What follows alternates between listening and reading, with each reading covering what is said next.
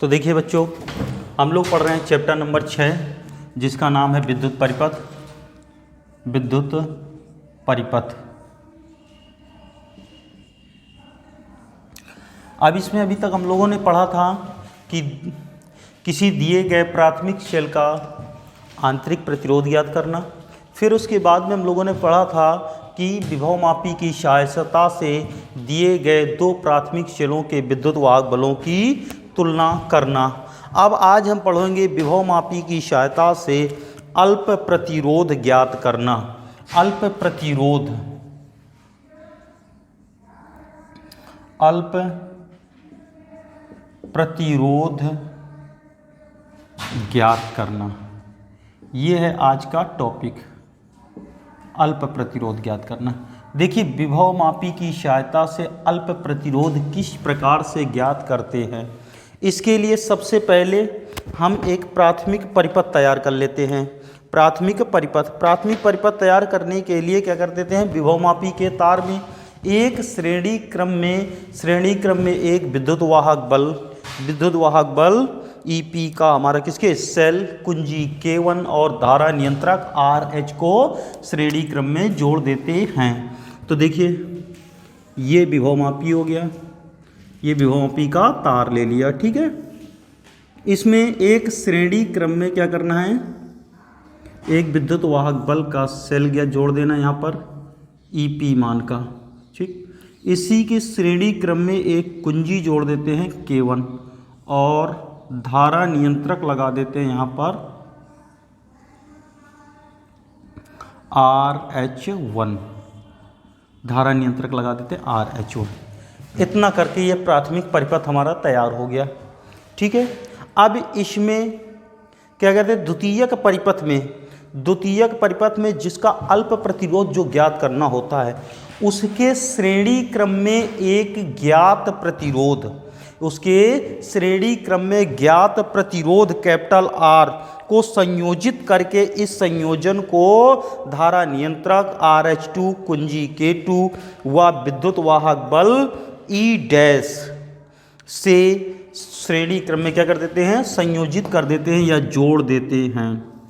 तो देखिए यहाँ पर तो एक द्वितीयक परिपथ जोड़ते हैं, ठीक है। एक द्वितीयक परिपथ, इसमें सबसे पहले आप एक ज्ञात प्रतिरोध को श्रेणी क्रम में संयोजित कर दीजिए ये, ठीक। इसके बाद यहाँ पर ज्ञात प्रतिरोध आपने ये जोड़ दिया है।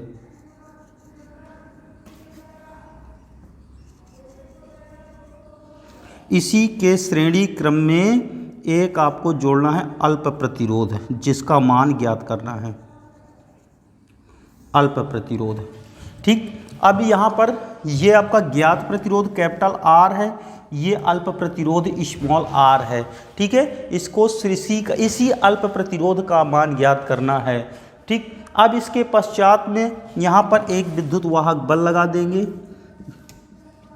E' का, ठीक। इसी में एक कुंजी और लगा देते हैं K2, कुंजी K2, और इसी के श्रेणी क्रम में एक और लगा देते हैं कौन सा, धारा नियंत्रक, ये लगा हुआ है आपका RH2, इतना संयोजित कर देते हैं, ठीक है। अब इसमें एक द्विमार्गी कुंजी के एक सिरे का संबंध किसके अल्प प्रतिरोध तथा हमारे किसके ज्ञात प्रतिरोध के सिरे से कर देते हैं, तथा इसके और एक दूसरे किनारे का संबंध किसके धारा नियंत्रक तथा यहाँ से कर देते हैं 3, और इसके मध्य सिरे का संबंध किसके धारा मापी से करते हुए विसर्पी कुंजी से कर देते हैं, तो ये हो गया, इसका ये टर्मिनल नाम दे दिया हमने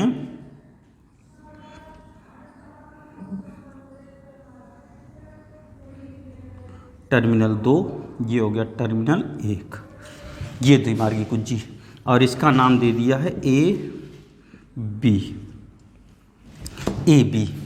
ये आपका परिपथ तैयार हो गया है किसका, अल्प प्रतिरोध ज्ञात करने के लिए। ये है इसकी संरचना।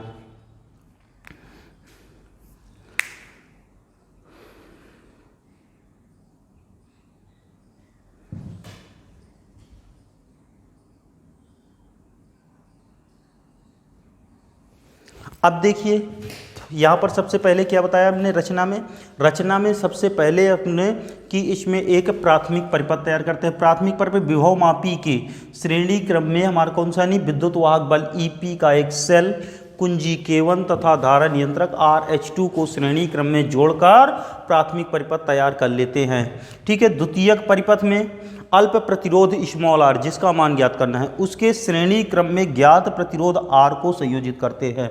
इस संयोजन को किसके, कुंजी K2 धारा नियंत्रक RH2 को सेल E' विद्युत वाहक बल से क्या करते हैं, संयोजित कर देते हैं। ठीक है। अब इसमें एक द्विमार्गी कुंजी लेकर अल्प प्रतिरोध R तथा अल्प प्रतिरोध r, कैपिटल R तथा स्मॉल r के निम्न विभव वाले सिरों को क्रमशः 1 व 3 टर्मिनल से जोड़ देते हैं। द्विमार्गी कुंजी के टर्मिनल 2 का संबंध धारा मापी से करते हुए विसर्पी कुंजी से कर देते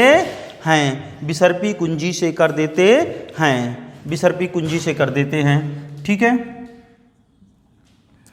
यहां से विसर्पी कुंजी से कर देते हैं, यानी कि इसका नाम दे दिया हमने J, विसर्पी कुंजी से कर देते हैं। अब देखिए इसकी क्रिया विधि ज्ञात करने के लिए सबसे पहले आप कुंजी K1 की डॉट लगाते हैं। किसको, कुंजी K1 की डॉट लगाते हैं तो प्राथमिक परिपथ हमारे कैसे पूर्ण हो जाता है। फिर उसके पश्चात में कुंजी K2 की डॉट लगा दीजिए। इसके बाद में टर्मिनल 1 व 2 के मध्य कुंजी की डॉट लगाते हैं। टर्मिनल 1 और 2 इनके बीच में डॉट लगाते हैं। तब देखिए ये प्रतिरोध आपका इसमें कार्यरत नहीं होता है, केवल ये वाला प्रतिरोध आपका कार्यरत है। जब कुंजी 1 व 2 के मध्य इसकी डॉट लगाते हैं तो प्रतिरोध R के सिरों पर विभवांतर का मापन करता है। अब यदि इसमें से प्रवाहित धारा कितनी I, R के सिरों के मध्य उत्पन्न विभवांतर कितना है, V1। R के सिरों पर उत्पन्न विभवांतर V1 के लिए संतुलन लंबाई प्रतिरोध कैपिटल R के सिरों पर उत्पन्न विभवांतर V1 के लिए संतुलन लंबाई कितनी, L1 है। तो अब L1 है तो इसको निकाल लेंगे किसके, विभव मापी के सिद्धांत से। तो सबसे पहले हम क्या करते थे, इसकी रचना को लिख लेते हैं। तो रचना को लिख लीजिए। तो सबसे पहले आप चित्र बनाएंगे, इसका चित्र बना लीजिए। उसके बाद में फिर इसकी रचना लिख लेते हैं, फिर इसकी क्रिया विधि हम आपको बताते हैं।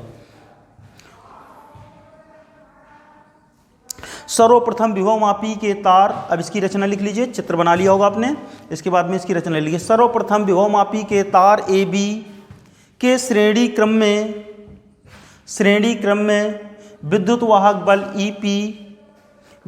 बल EP की बैटरी कुंजी K1 धारा नियंत्रक RH1 को श्रेणी क्रम में जोड़कर प्राथमिक परिपथ तैयार कर लेते हैं। द्वितीयक परिपथ में अज्ञात अल्प प्रतिरोध स्मॉल r को एक ज्ञात प्रतिरोध कैपिटल R के साथ श्रेणी क्रम में संयोजित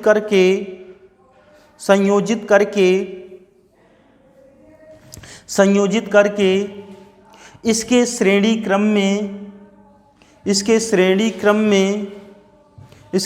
क्रम में धारा नियंत्रक RH2, कुंजी K2 तथा सेल जिसका विद्युत वाहक बल E' है को संयोजित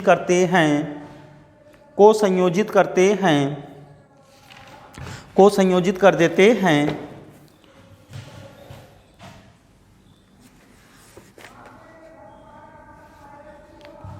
अब प्रतिरोध कैपिटल R के उच्च विभव वाले सिरे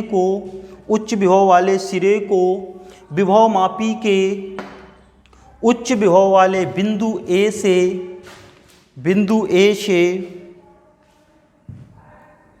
जोड़ते हैं। कैपिटल R व स्मॉल r के निम्न विभव वाले सिरों को द्विमार्गी कुंजी के टर्मिनल क्रमशः 1 व 3 से जोड़ देते हैं। द्विमार्गी कुंजी के मध्य टर्मिनल 2 को धारा मापी से संयोजित करते हुए विसर्पी कुंजी से कर देते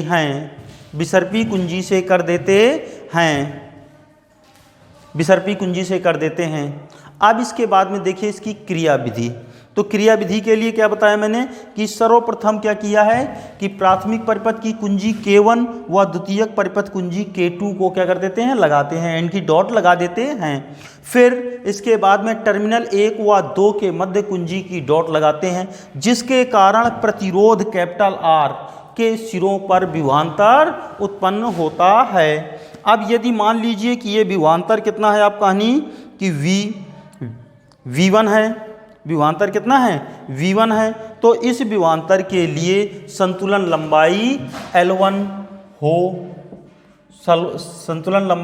हो तो देखिए विभवमापी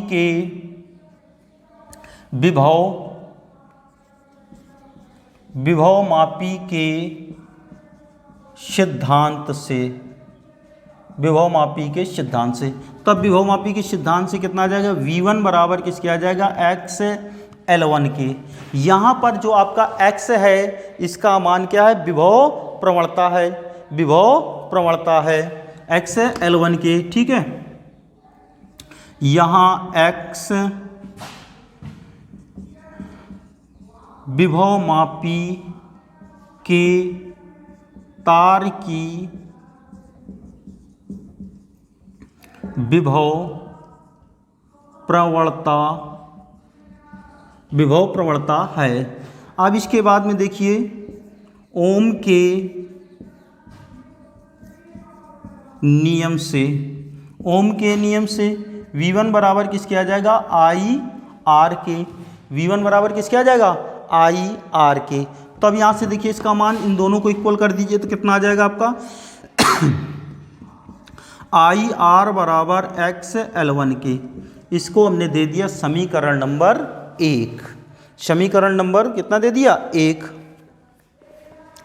अब देखिए, अब यहाँ से कुंजी किसके 1 व 2 टर्मिनल से हटा देते हैं। कुंजी 1 व 2 के मध्य से हटाकर कुंजी की टर्मिनल किसके 2 व 3 के मध्य लगा देते हैं। यानी कि यहाँ से डॉट को हटा दिया है, यहाँ से हटा दिया।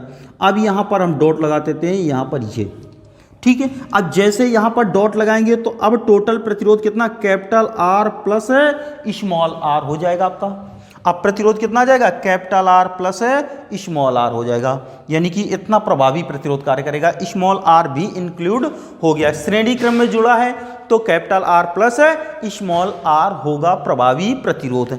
अब इसके सिरों पर उत्पन्न, यानी कि परिणामी प्रतिरोध के सिरों पर उत्पन्न विभव, तो यहां पर किसके आ जाएगा, प्रभावी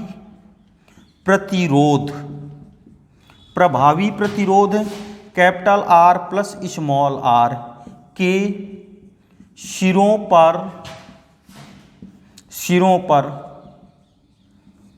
उत्पन्न विभवांतर कितना V2, V2 के लिए संतुलन लंबाई कितनी L2 हो तो अब देखिए इसका मान L2 हो तो तब देखिए फिर से निकाल लेते हैं किसके, विभव मापी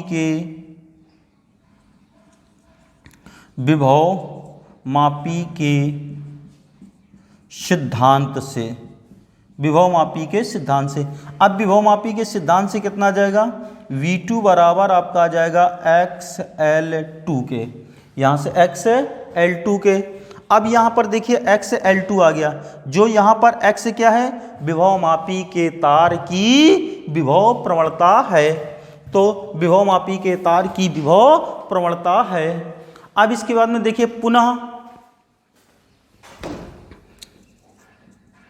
पुनः ओम के नियम से, पुनः ओम के नियम से कितना जाएगा, I in bracket capital R plus small r बराबर XL2 के आ जाएगा।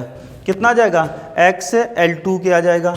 ठीक है, अब यहाँ पर इसे दे दिया हमने समीकरण नंबर 2, समीकरण नंबर कितना हो गया, 2। ठीक है, अब इसकी क्रिया विधि आप लोग सबसे पहले लिख लीजिए, फिर उतार लीजिए, फिर इसके आगे हम बताते हैं आपको। ठीक है, तो सबसे पहले इसकी क्रिया विधि लिखेंगे, तो क्रिया विधि लिख लीजिए, हेडिंग डाल लेंगे क्रिया विधि। सर्वप्रथम प्राथमिक व द्वितीयक परिपथ में, सर्वप्रथम प्राथमिक परिपथ व द्वितीयक परिपथ में कुंजी K1 व K2 की डॉट लगाकर, कुंजी K1 व K2 की डॉट लगाकर द्विमार्गी कुंजी के टर्मिनल 1 व 2 के मध्य डॉट लगाते हैं। इससे विभव मापी ज्ञात प्रतिरोध कैपिटल R के सिरों पर विभवांतर का मापन करता है, विभवांतर का मापन करता है। यदि द्वितीयक परिपथ में प्रवाहित धारा I है, वीडियो I है, वीडियो में से क्या बोल रहे हैं, I है।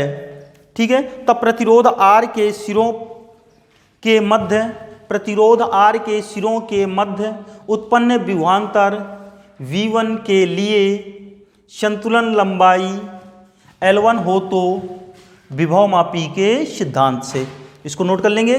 V1 बराबर आ गया XL2, यहाँ X विभव मापी के तार की विभव प्रवणता है। ठीक है, फिर निकाल लेंगे ओम के नियम से, V1 बराबर किसके आ गया, IR। ठीक है, तो यहाँ पर आ गया IR बराबर XL1, समीकरण नंबर 1 हो गया। अब इसके बाद देखिए प्रभावी प्रतिरोध capital R plus small r के सिरों पर। अब इसके बाद में देखिए यहाँ तक समीकरण नंबर 1 तक लिख लीजिएगा, यहाँ तक। इसके बाद फिर से हम लोग लिखते हैं। अब द्विमार्ग, इतना नोट कर लिया होगा आपने। इसके बाद लिखिए कि अब द्विमार्गी कुंजी के टर्मिनल 1 व 2 के मध्य से डॉट हटाकर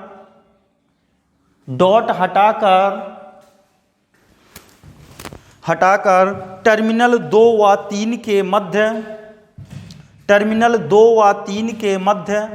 डॉट लगाते हैं, टर्मिनल 2 व 3 के मध्य डॉट लगाते हैं। इस स्थिति में कैपिटल R व स्मॉल r श्रेणी क्रम में हैं। दोनों परिपथ में धारा का मान नियत रखते हुए प्रभावी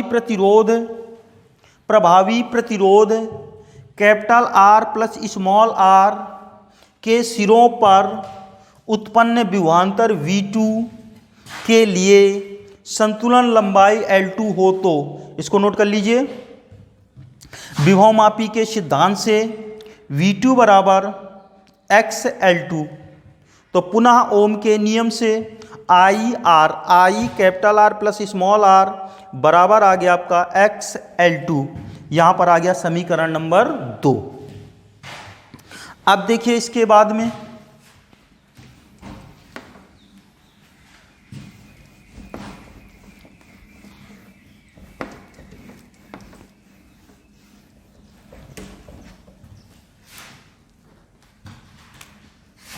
अब समीकरण 2 में समीकरण 1 का भाग देते हैं, तो यहां पर लिख देंगे समीकरण 1 व 2 से, समीकरण 1 व 2 से, तो यहां से कितना आ जाएगा I in bracket capital R plus small r बराबर आपका आ जाएगा XL2 अपॉन यहां पर आ जाएगा I कैपिटल R बराबर आ जाएगा XL1 के। देखिए I से I ये कैंसिल हो गया और X से X कैंसिल हो गया। अब यहाँ पर कितना आ जाएगा आपका capital R plus small r upon capital R बराबर L2 upon L1, L2 upon किसके आ गया L1।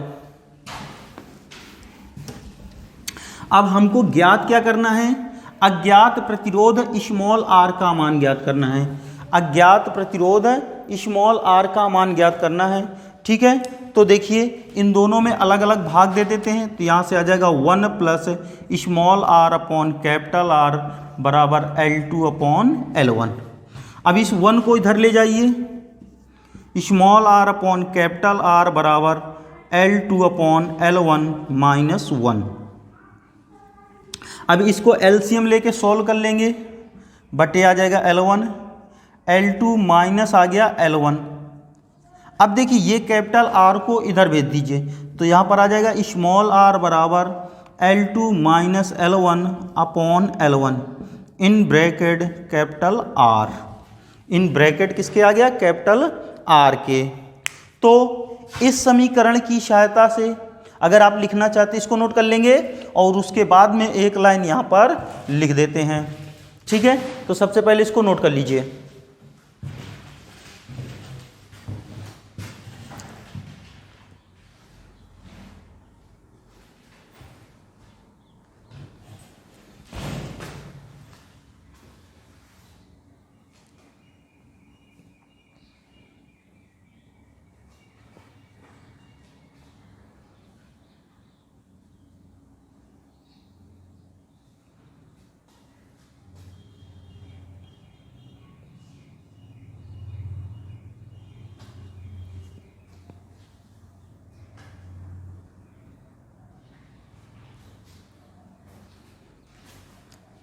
उपरोक्त, अब लिख लेंगे इसके बाद में, उपरोक्त समीकरण में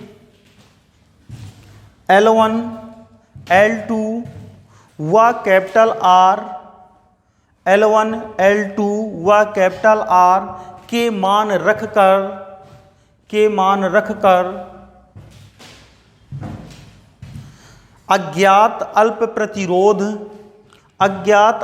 प्रतिरोध स्मॉल r का मान ज्ञात किया जा सकता है या ज्ञात कर लेते हैं। अब इस क्लास में इतना ही रखेंगे, हम लोग नेक्स्ट क्लास में पढ़ेंगे वोल्ट मीटर का अंश शोधन, वोल्ट मीटर का अंश शोधन। ठीक है, तो यहाँ पर यहीं इतना ही रखें, फिर मिलते हैं हम लोग नेक्स्ट क्लास में।